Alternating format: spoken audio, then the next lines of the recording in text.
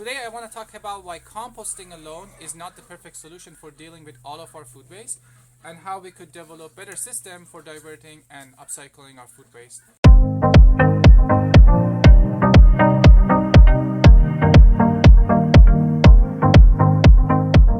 Hi everyone, if you're new here, make sure you share this video and subscribe so I can get hopefully motivated to make more videos like this, showing how Anastasia and I are building our regenerative farm here at Caspian Acres.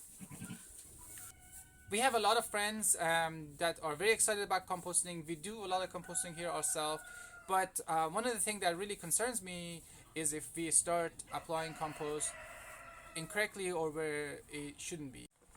To demonstrate my point, let's take a look at pomegranate as an example. But this could be any fruit. But let's say we place a seed into the ground. It all starts with the soil. We need to have a healthy soil, and when we place that seed in there and water it, it will start to germinate. And as the seedling develops, it starts to develop relationship between itself and different life forms like microbiology and fungi in the soil. What happens over the 3 or 4 years that the tree is starting to grow is that it's constantly taking energy and feeding and helping the other community members as the tree establishes itself. So 3 years passes and we still don't have any pomegranate, but we've used a lot of sun's energy and a lot of life has been supported. Then what happens is the tree sets fruit, and another 5 or 7 months the fruit starts to develop and actually become ready. Now let's say we have that pomegranate at the store and they display it for 2 weeks, and one of the pomegranates has a little bit of mold on it being developed, so they'll take all of that and then just chuck it in the garbage. This is a disaster, right? So all of those pomegranates take so much energy to develop, and it would be such a waste to throw it away. But would it be okay to compost it? So here is, I still don't think composting is the right solution. When we grow food, regardless of what it is, it takes an incredible amount of energy and nutrients and time to grow that food. If we just take that and dump it in the compost, we'll bring it back down to the soil. Yes, it is better than dumping it in the landfill, but it's still an insult to Mother Nature and to ourselves for wasting all of that work and going back to square one. Let's take a look at what I call a regenerative funnel. So this model is what I think would be the ideal system, or at least the start of an ideal system for dealing with food waste. The first thing we need to look at is how we can get this food to people. Okay, so if there is a little bit of imperfection in the food, we should try to still save the rest of it and not just chuck the whole thing into compost even.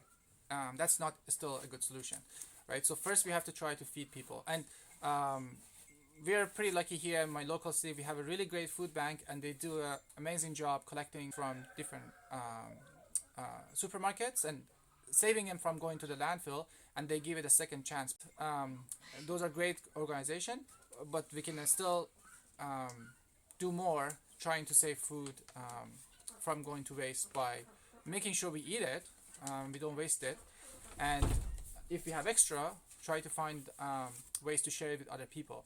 So that should be the number one thing we do to try to reduce food waste. But the second step of the funnel is where regenerative farms actually can play an important role. Here we take the food that is no longer fit for human consumption for whatever reason, and but it's still perfectly fine and it has not gone moldy or bad, rotten yet. This type of food can be directly fed to a lot of different livestock. For example, we feed a lot of extra lettuce and fruit and vegetables to our sheep, and many other food that we get goes to our pigs, and they can directly consume that and turn that into highly nutritious food for people, right? So we instead of going all the way back to composting and creating soil, we're capturing that energy at a much higher level, and we're upcycling it and bringing it back to food for people.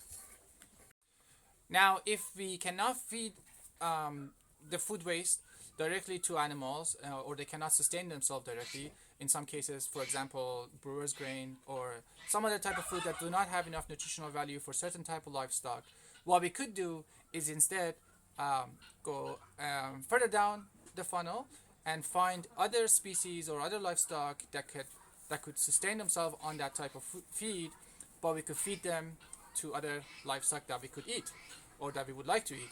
So what we do at our farm with this type of organic waste that is not suitable to directly be fed to our sheep or pigs or our birds is that we feed them to our insects. So primarily we are raising black soldier flies, and they're happy to consume a lot of different organic waste streams that are totally unsuitable for other type of livestock, and they can do it in a really clean and healthy way, and they create aerobic digestion substrate, and they will consume that material, turn it into really high quality fat and protein, which then we can harvest and then feed to our birds, especially like our ducks and chickens and guinea fowl would love to eat those insects. Huge benefit of feeding our poultry with insects is that they get used to eating insects, and when the time of year that there's a lot of insects out there, they forage a lot more and they look for those insects, and they really help sort of maintain the whole regenerative system.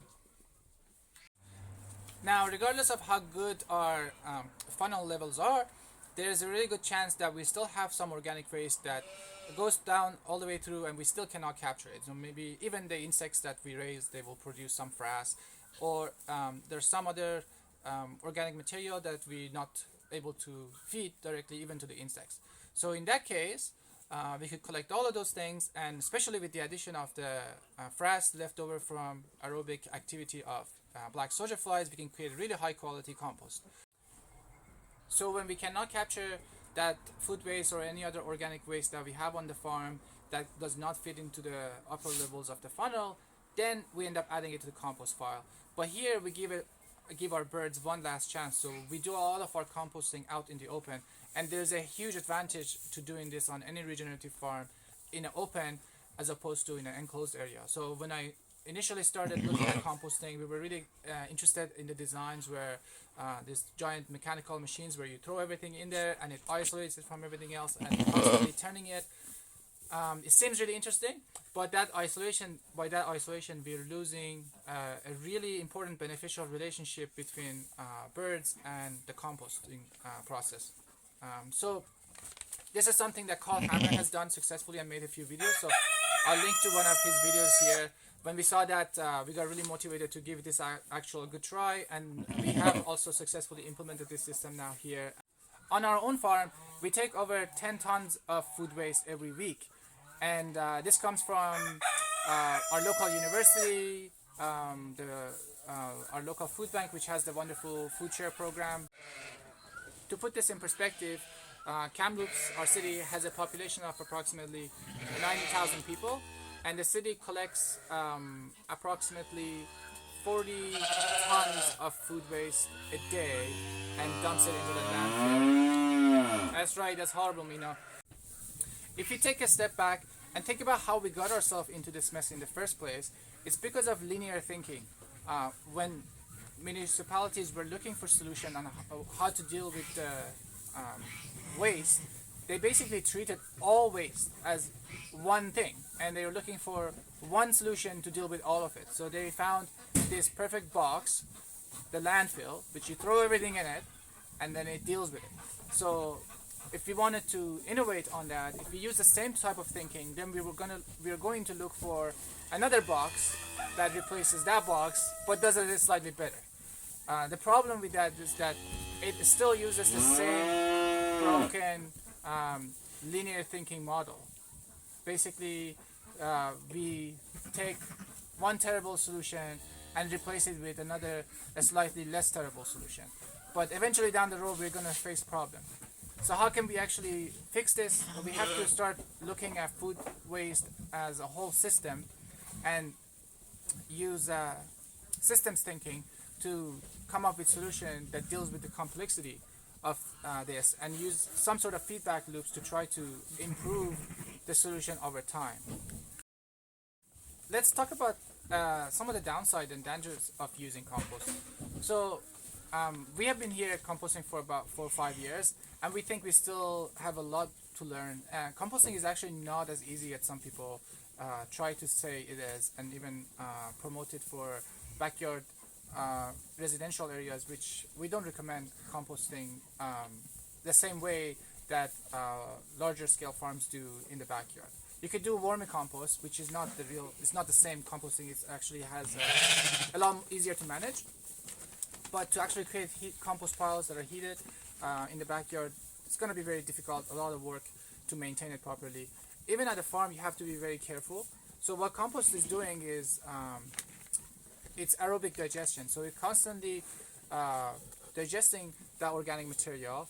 And if you've got the good bacteria, your compost pile produces CO2, which is a greenhouse gas. This is another reason why I talk about composting being at the bottom of the funnel, because again, we are losing that energy that has been captured in that food.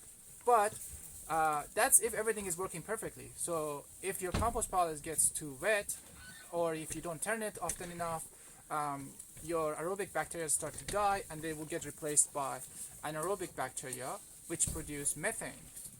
This is even worse. As you know, the methane gas is something like 30 times worse than CO2 as a potent greenhouse gas.